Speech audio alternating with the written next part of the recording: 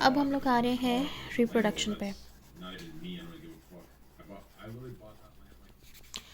जो रिप्रोडक्शन हमारे पास है, सबसे पहले हमें समझने की ज़रूरत है कि रिप्रोडक्शन ज़रूरी क्यों है।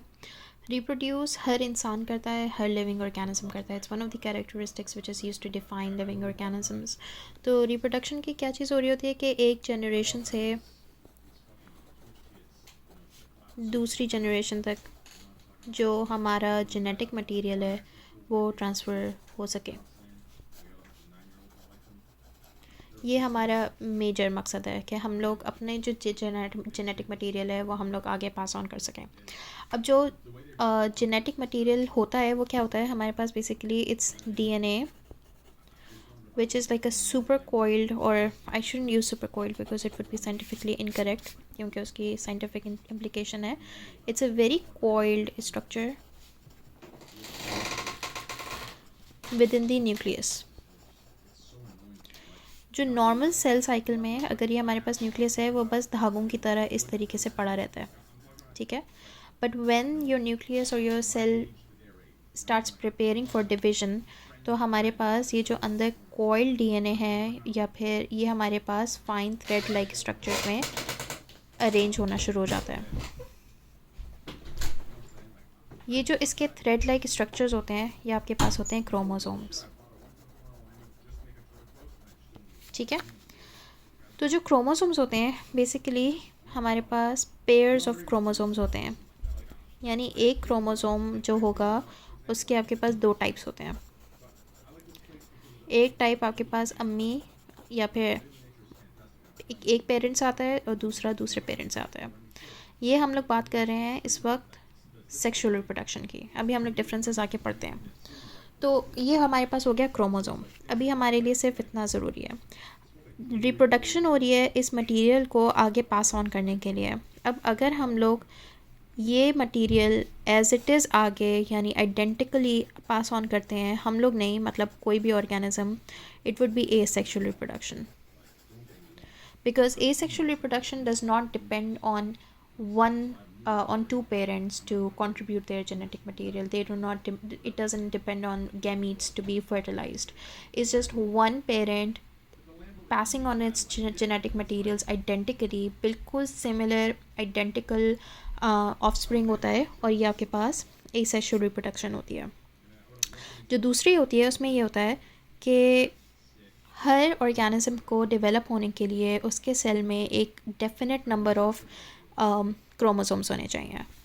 ह्यूमंस में that number is 46, but that number may be different for a corn plant, or it may be different for a rat, it may be different for some other animal.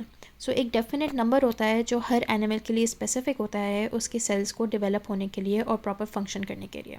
उससे ज़्यादा का होगा तब भी हमारे पास इनॉमलीज आती हैं, उससे कम का होगा तब भी हमारे पास इनॉमलीज आएंगी.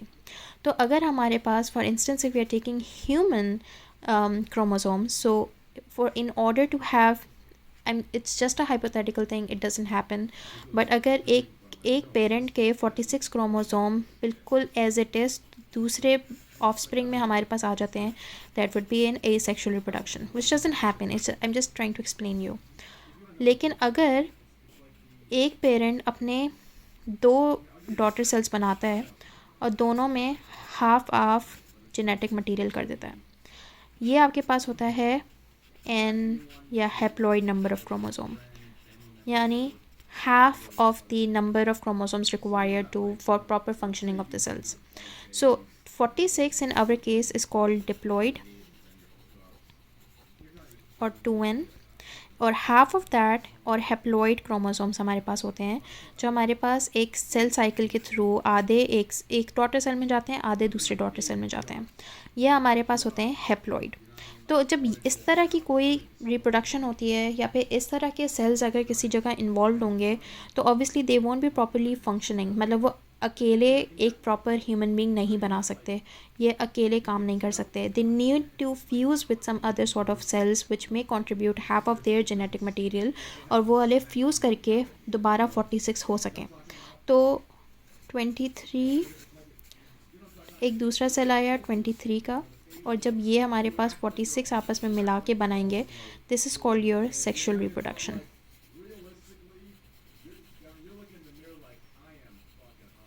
ठीक है।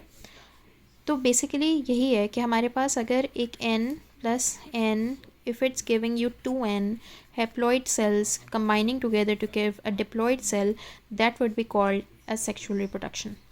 और अगर हमारे पास यही पेरेंट है, स्टार्ट ऐसे ही हुआ, एक पेरेंट ने एक ये दिया, दूसरे पेरेंट ने ये दिया, ओके।